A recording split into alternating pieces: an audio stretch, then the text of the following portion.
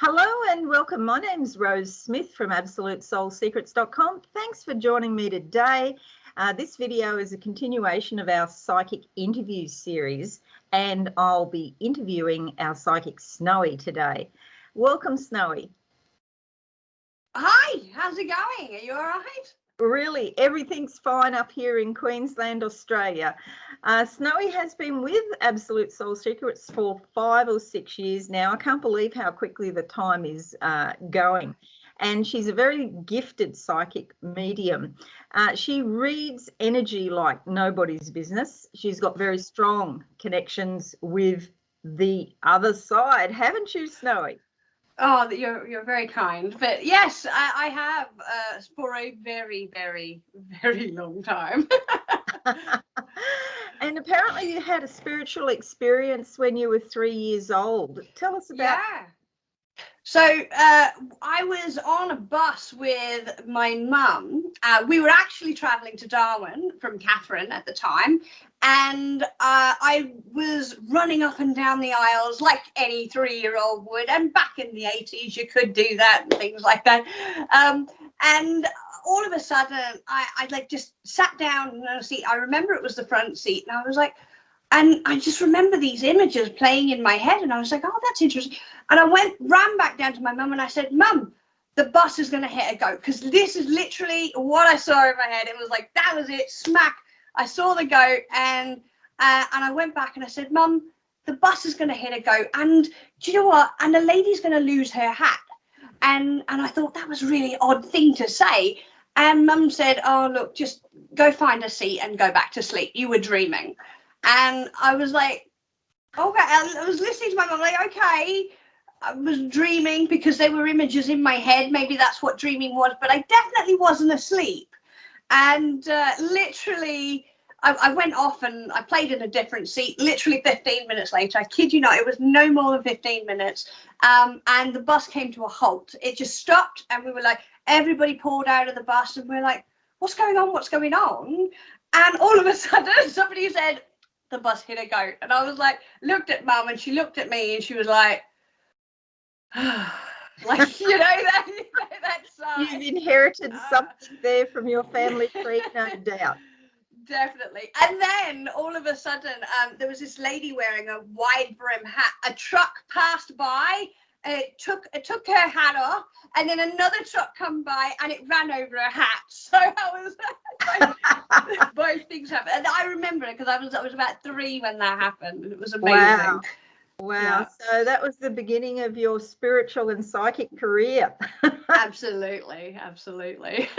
And you've done a lot of vet nursing and worked in wildlife sanctuaries as well. I like you already.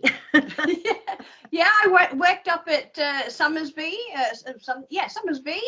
Reptile Park in New South Wales, and just up near Gosford. I worked in Peel Zoo over in Western Australia. I've done a lot of different RSVP centres as well. But I did vet nursing in, oh my gosh, 2010, I remember it. And that was fun. And I went on to be a vet nurse with a local vet in New South Wales. And then cut forward a few years later, I got bored one day and I went, you know, what else can I do? Oh, well, I've got the qualifications. I'll enroll to be a vet. So I ended up doing 3 years of vet, and I would have continued. However, I ended up having my daughter instead of going with the 4th year. So yes. Yeah. So tell us about spirit animals. Okay, so spirit animals are these amazing creatures. I first discovered my spirit animals, I think I was about 12. No, I definitely was about 12. And what happened was I went on this guided journey, guided meditation, and I was expecting, it was amazing. I was expecting to see, I don't know, a lion, a wolf, a tiger, something, you know, majestic. And lo and behold, I'm walking in this guided meditation through a desert. And I sit down on this rock, and here appears a gecko. I kid you not. That was my first encounter with a spirit animal. It was a gecko. It was amazing. So everybody has these sorts of spirit animal guides. Now, it doesn't necessarily mean that you're stuck with one for the rest of your life, but some people, like, they're just like, oh, I love the wolf, and that's it, and everything I feel encompasses that energy. So you have that familiar spirit, okay, that you travel along with.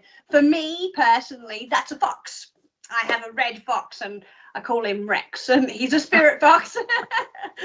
But like, everybody has that sort of instinct, that pull towards a particular type of animal. But also there are animals that come into your life, both physically and spiritually, that lead you on a different pathway, and they help you. Yes. So yeah, it's these spirit animals are just amazing creatures. Absolutely. And they have so much more instincts than we do. Yes, absolutely. Yeah, for me it's cats, but I love all animals. I've got 2 dogs and 2 cats, but I've got a special relationship with cats. You know, I just feel, I don't know, they feel, I can't explain it, but I know exactly what you mean. How do Cats people are very get? spiritual. Sorry, cats are very spiritual animals as well. Yes, They are. yes. Yeah. And how do people get in touch with their spirit animal? Well, I do love a good guided meditation for initial exposure to it, okay? And the reason I say initially is because once you kind of connect with that initially, you can basically call it in like you're calling somebody from the other room, like, come and help me, and they'll come in. But I do love a good guided meditation for that initial contact, Yes, if you're fabulous. specifically looking for it. Yes, yes, Other times you just keep seeing these reoccurring images of a particular animal, and it's and you might not be spiritual, but all of a sudden you're like always seeing a cheetah or something like that, and then that's the one that's calling to you. yes, yes. And you know, some people say that animals don't have souls. What do you think about that?